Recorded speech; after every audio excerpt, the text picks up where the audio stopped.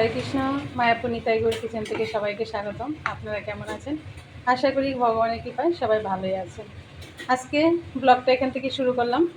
আজকে বানাচ্ছি তালের মালপোয়া। এই দেখুন, এখানে একটা ব্যাটার গুলে নিয়েছি। এখানে দিয়েছি চাল বাটা, সুজি, অল্প ময়দা, তারপর তাল, চিনি দিয়ে খুব সুন্দর করে ভালো করে একটা ব্যাটার করে নিয়েছি। আর এই তালের মালপোয়াটা করতে গেলে না, ঘনত্বটা ঠিক একটু ঘন ঘন করেই করতে হয়, নাহলে একদমই পাতলা হয়ে যায়, খুব ভালো হয় না। আর এখানে আমি একটা কড়াই বসিয়ে দিয়েছি, তেল গরম হয়ে গেছে। এখন আমি দিয়ে দিচ্ছি তালের মালপোয়া। এই দিয়ে দিচ্ছি।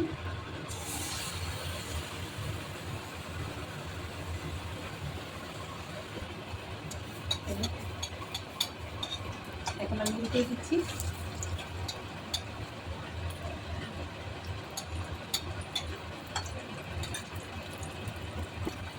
এই যে কি সুন্দর ফুলে গেছে।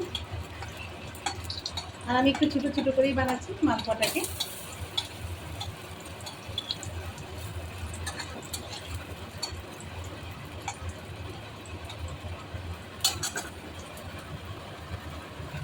এখানে হচ্ছে ধোসা, একদম পাতলা কাগজের মতো করে ধোসা হচ্ছে। আজকে রাতে ভগবানের জন্য এখানে ধোসা আর তালের মালপোয়া এসব দিয়ে আজকে হবে। এই যে এখানে দুটো ধোসা হয়ে গেছে, আর এটাও হয়ে গেছে। নামিয়ে দিচ্ছি, আবার আরেকটা দিয়ে দিচ্ছি। এই যে আরেকটা দিয়ে দিলাম।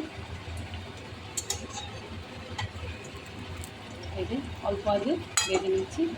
এই তালের মালপোয়াটা খুব ভালো লাগে। আমরা তো অনেক সময় বড়া করি, এরকম তালের মালপোয়া একটু লো ফ্লেমে খুব সুন্দর করে ভেজে নিলেই হয়ে যাবে। আর এই গুলাটা গুলে একটু আধ ঘন্টা রেস্টে রেখে দিলেই খুব সুন্দর ফুলবে।